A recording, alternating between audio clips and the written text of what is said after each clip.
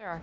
So we have been running an unconference separately from Localization World for quite some time now, and it's basically a very free flow kind of format that brings together both the vendor side, academics, the client side within the localization industry for a day typically of just discussions without sales pitches, without exhibitors, without PowerPoint slides, and just opens up a group to a very open dialogue. So typically the way it works is that we meet for a day.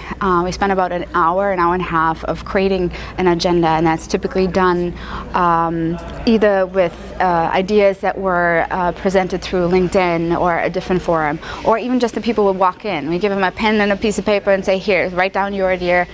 This is what we want to talk about, and then we vote on that.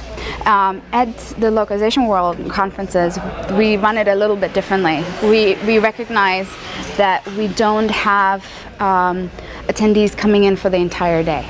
So we changed the format a little bit. So we have whoever's in the room for each session vote on what the topic is, or just throw out topics, and we see where the discussion takes us. It's very democratic.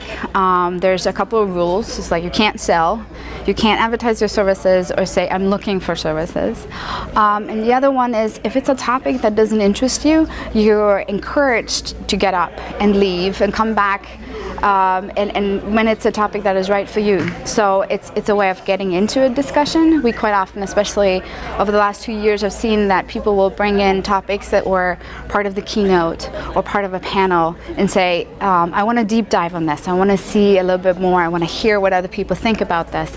And we've had great success with that. It's a format that I think people respond to well, and it's a lot of fun.